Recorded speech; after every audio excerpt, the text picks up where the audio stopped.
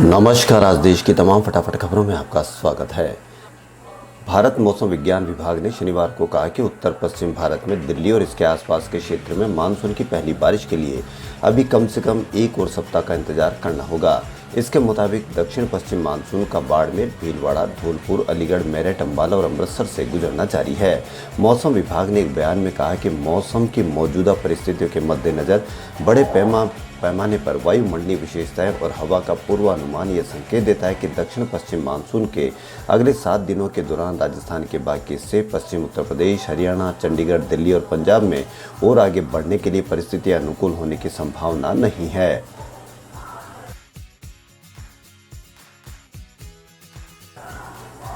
राजस्थान सरकार ने corona virus से संक्रमण के मामलों में आई गिरावट को देखते हुए लॉकडाउन में और ढील देने का फैसला किया है। इसके तहत सरकारी कार्यालय अब सायं 6 बजे तक खुल सकेंगे। वहीं जिन व्यापारिक प्रतिष्ठानों के कर्मचारियों के टीके की कम से कम एक खुराक लग चुकी है वे 3 घंटे अतिरिक्त यानी सायं 7 बजे तक खुले रह सकेंगे।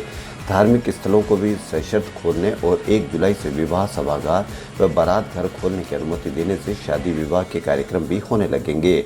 गृह विभाग ने त्रिस्तरीय जन अनुशासन 3.0 दिशा निर्देश शनिवार रात जारी किए। इसके अनुसार नए दिशा निर्देश 28 जून से लागू होंगे।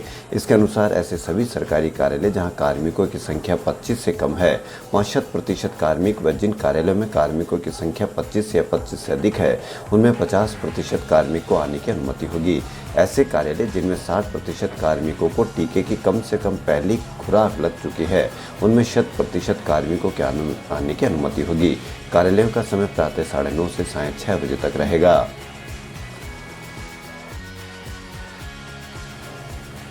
ब्रिटेन में स्वास्थ्य मंत्री की एक फोटो वायरल होने के बाद तूफान खड़ा हो गया। इसको लेकर कोविड नियमों का उल्लंघन का आरोप झेल रहे स्वास्थ्य मंत्री मैट हैनकॉक ने आखिरकार शनिवार को इस्तीफा दे दिया। हैनकॉक ने अपना त्यागपत्र प्रधानमंत्री बोरिस जॉनसन को भेज दिया है। हालांकि हैनकॉक कोविड नियमों के उल्लंघन के आरोप में माफी मांग चुके हैं, लेकिन यह विवाद थमने का नाम नहीं ले रहा था। दरअसल कुछ दिनों पहले खुलासा हुआ था कि हैनकॉक ने अपनी एक सहायक के साथ संबंधों के दौरान कोरोना के नियमों का उल्लंघन किया था। ऐसे में सवाल उठा कि जब कोरोना के संक्रमण को काबू करने के अभियान के अगुवा स्वास्थ्य मंत्री ही पाबंदियों की धज्जियां उड़ा रहे हो तो भला जनता को इसका पालन करने की नसीहत कैसे दी जा सकती है। हैनकॉक ने प्रधानमंत्री को भेजे पत्र में कहा कि लोगों ने कोरोना नियमों के पालन के लिए काफ़ी कुछ कुर्बानी दी है, लेकिन उन्होंने खुद इस नियमों को तोड़कर उन्हें शर्मसार किया है। दिल्ली सरकार के शिक्षा निदेशालय ने शैक्षणिक सत्र 2021-22 के लिए सरकारी और सरकारी सहायता प्राप्त स्कूलों में ऑनलाइन शिक्षण गतिविधियों के संचालन और क्रियान्वयन को लेकर सर्कुलर जारी किया है। उप मुख्यमंत्री और शिक्षा मंत्री मनीष सिसोदिया ने कहा कि महामारी की स्थिति सामान्य होने तक स्कूल बंद रहेंगे, लेकिन ऑनलाइन और सेमी ऑनलाइन विधियों का उपयोग करते हुए शिक्षकों और छात्रों के बीच जुड़ाव जल्द दोबारा शुरू हो जाएगा। मनीष सिसोदिया ने कहा कि महामारी की शुरुआत के साथ विद्यार्थियों का बड़े पैमाने पर नुकसान हुआ है। इस वर्ष हमें न केवल बच्चों के लर्निंग गैप को कम करने की आवश्यकता है, बल्कि उन्हें इमोशनल सपोर्ट देने की भी जरूरत है। साथ ही विद्यार्थियों को कोचिंग, टीचिंग, लर्निंग प्रोसेस के लिए दोबारा मानसिक रूप से तैयार करने की जरूरत है। केंद्र सरकार ने सुप्रीम कोर्ट में कोरोना के हालात पर स्वतः संज्ञान मामले में वैक्सीन नीति को लेकर हलफनामा दाखिल किया है। केंद्र सरकार ने कहा है कि 12 से 18 वर्ष के बच्चों के लिए जाइडस कैडिला की कोरोना वैक्सीन को मंजूरी जल्द दी जाएगी। जाइडस कैडिला वैक्सीन का 12 से 18 वर्ष के बच्चों पर क्लिनिकल ट्रायल पूरा हो गया है।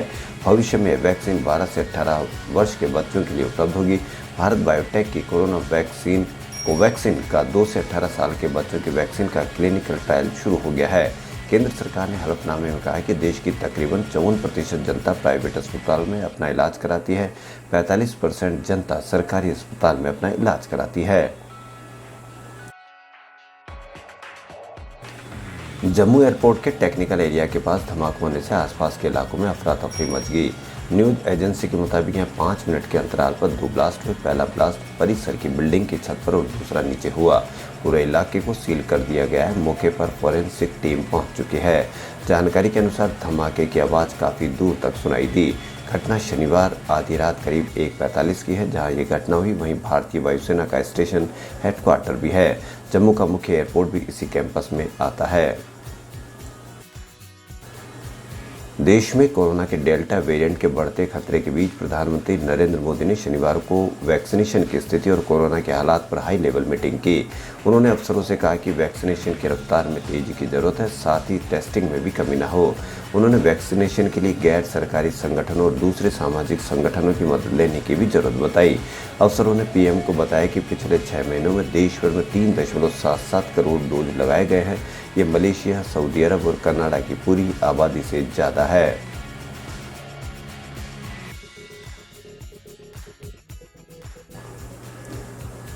ओलंपिक से पहले भारतीय शूटिंग के लिए एक अच्छी खबर आई है। क्रोएशिया में चल रहे शूटिंग वर्ल्ड कप में भारत को तीसरा मेडल मिला है। यह 10 मीटर पिस्टल मिक्स्ड इवेंट में मनु भाकर और सौरभ चौधरी ने दिलाया। यह भारतीय जोड़ी 387 पॉइंट के साथ दूसरे नंबर पर रही। मिक्स्ड इवेंट के फाइनल में मनु और सौरभ को रशियन जोड़ी वितालिना बत्सरकिशना और अर्तेम चरनोसोव ने हराया। अब तक भारतीय टूर्नामेंट में 1 सिल्वर 2 ब्रॉन्ज मेडल जीतकर 90वें नंबर पर काबिज है। रूस 7 मेडल 3 गोल्ड 3 सिल्वर और 1 ब्रॉन्ज के साथ टॉप पर काबिज है।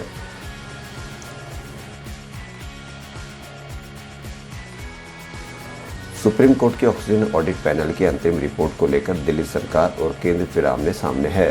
रिपोर्ट में कहा गया है कि दिल्ली ने वास्तविक दरों से 4 गुना ज़्यादा ऑक्सीजन की डिमांड की। भास्कर ने इस रिपोर्ट को लेकर दिल्ली की ऑक्सीजन ऑडिट कमेटी के मेंबर संजय सिंह से बात की तो पता चला कि 2 मेंबर्स इस कमेटी की आखिरी बैठक में शामिल ही नहीं हुए थे। इनमें से एक दिल्ली सरकार का principal home secretary Bhupendra Bhalla ने तो मीटिंग में ही कह दिया था कि रिपोर्ट पूर्वाग्रह से प्रेरित है।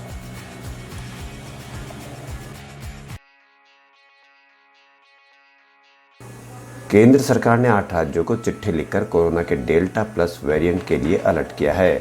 केंद्रीय स्वास्थ्य सचिव राजेश भूषण ने 8 राज्यों के मुख्य सचिव को चिट्ठी लिखकर डेल्टा प्लस के लिए पूरी तैयारी करने को कहा है। इनमें आंध्र प्रदेश, गुजरात, हरियाणा, जम्मू कश्मीर, पंजाब, कर्नाटक, राजस्थान और तमिलनाडु शामिल है। चिट्ठी में केंद्र ने कहा कि कोरोना के इस वेरिएंट के मामले देश में तेजी से बढ़ रहे हैं। ऐसे में टेस्टिंग, ट्रैकिंग और वैक्सीनेशन की रफ्तार और बढ़ाने की जरूरत है। कहीं डेल्टा प्लस के केस मिलने पर सख्ती बढ़ाई जाए।